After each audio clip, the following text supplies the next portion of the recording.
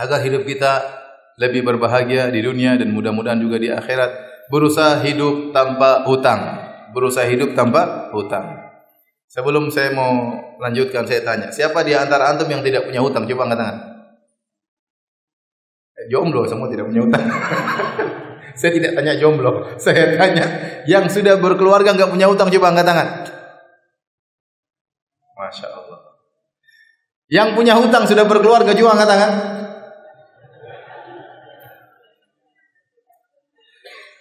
Hadirin hadirat Allah Subhanahu wa taala.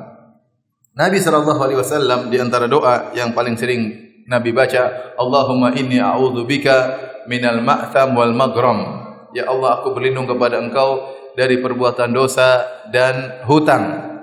Maka faqala lahu qail, ada yang bertanya kepada Nabi sallallahu alaihi wasallam, ma aktsara ma tasta'idzu minal maghram. Ya Rasulullah, betapa sering engkau berlindung kepada Allah dari berhutang. Maka Nabi menjelaskan kenapa Nabi sering berdoa dengan doa tersebut. Kata Nabi sallallahu alaihi wasallam, innar rajula idza gharima haddatsa fakadzaba. Sungguhnya seorang kalau dia sudah berhutang, maka dia akan berbicara dan dia berdusta. Wa wa'ada fa akhlafa. Kalau dia sudah berjanji, dia akan menyelisihi. Dan inilah contoh ya musibah yang dialami oleh orang-orang yang terlilit hutang. Ya. Kenapa? Ditagih, akhirnya dia enggak punya uang, dia ngomong, ya, minggu depan insyaallah. Padahal enggak ada duitnya sama sekali. Ya, besok, nanti malam. Enggak ada pada duit. Bohong. Janji bulan depan enggak ada. Membuat orang jengkel sama dia, membuat orang marah sama dia. Ya.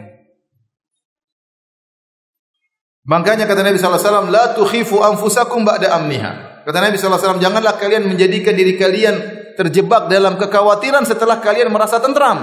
La tukhifu anfusakum ba'da amniha. Jangan buat kalian terjebak dalam kegelisahan setelah kalian merasa tentram. Apa itu hutang?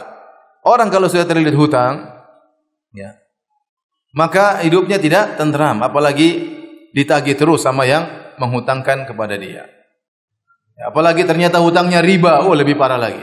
Apalagi ini nonton televisi ternyata banyak yang disita, wah, jantungnya hampir tersita sama bank ya. Takut dia, dan itu kejadian orang takut, gelisah, akhirnya gulanya naik. Ya, kolesterol tinggi ya. Kenapa? Karena kekhawatiran, ketakutan. Itu dialami oleh orang-orang yang berhutang ya. Sebagian orang cuek dengan hutangnya. Dia hutang, ya, dia nipu orang. Itu untuk kita tidak. Ini orang tidak beriman. Ini orang tidak beriman. Kita bicara tentang orang yang beriman. Orang yang beriman, dia pasti gelisah dengan hutangnya. Kalau dia tidak gelisah dengan hutangnya, dia tidak beriman berarti. Imannya enggak beres. Bagaimana Nabi sallallahu alaihi wasallam waktu ada orang mau disolatkan, Nabi bertanya, apakah dia punya hutang? Tidak, Nabi solatkan. Waktu ada orang lagi mau disolatkan meninggal dunia, Nabi tanya, dia punya hutang? Ada hutang ya Rasulullah. Kata Rasulullah SAW, sallu ala sahibikum. Kalian solat, saya enggak. Nabi enggak mau solatkan solat jenazah. Gimana itu tidak menjadikan gelisah orang yang punya hutang? Kalau antum punya hutang banyak, antum hutang sana, hutang sini, antum tidak gelisah, berarti antum masalah iman antum. Antum tidak peduli dengan akhirat antum. Orang yang peduli dengan akhiratnya, dia pasti gelisah dengan hutang yang terlilit pada dirinya. Karena ini hak orang, akan dimintai pertanggungjawaban pada hari kiamat kelak. Nabi pernah tidak mau solatkan orang yang tidak bayar hutang. Ya. Jadi hidup ini kalau tidak punya hutang, tentram. Pedagang yang tidak punya hutang, tentram. Saya punya kawan pedagang, ada yang punya hutang, ada yang enggak punya hutang. Yang punya hutang, gelisah dia. Ya, mungkin dia punya proyek ini, ada kegelisahan karena suatu waktu ditagih oleh ya orang-orang tersebut yang menghutangkan pada dirinya. Ada teman saya, proyeknya kecil-kecil, tapi dia enggak punya hutang. Alhamdulillah Ustaz, saya enggak punya hutang. Alhamdulillah. Ya, ada tagihan tapi sedikit karena memang prosesnya demikian. Tapi utang di sini, bank sana enggak ada. Hidupnya lebih tentram, dia bisa mengontrol dirinya, dia bisa mengatur dirinya, mengatur proyeknya. Karenanya sebagaimana saya ingatkan semalam, saya ingatkan lagi kepada ibu-ibu jangan suka menjebak para suami untuk apa? Berhutang.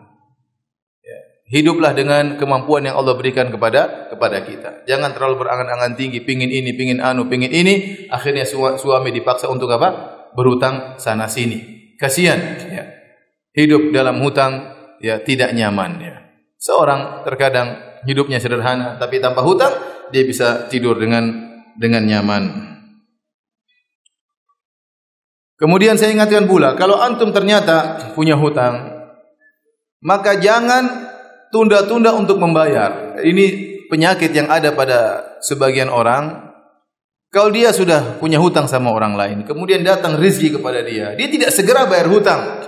Dia tidak segera bayar hutang, padahal sudah jatuh tempo. Maka timbul syahwatnya untuk membeli barang-barang lagi, untuk membeli aset-aset lagi. Sementara orang yang berhutang kepada dia sudah nagih-nagih. Ya. Ini tidak benar. Ingat sabda Nabi SAW, matalul ghaniyyi dzulmun. Orang yang berhutang nunda-nunda, maka dia berbuat kezaliman. Dia menahan hak orang lain. Semakin lama dia menunda, argo dosanya berjalan terus. Sudah jatuh tempo sekarang. Dia punya uang tapi dia gunakan lagi buat ini, dia buat ini lagi sehingga tidak punya uang lagi, ada uang lagi tidak bayar lagi sampai 2 tahun. Utangnya tertunggak 2 tahun padahal dia mampu bayar, argo dosa jalan terus selama 2 tahun. Waliyadzubillah. Enggak boleh. Enggak boleh kita nunda-nunda membayar hutang.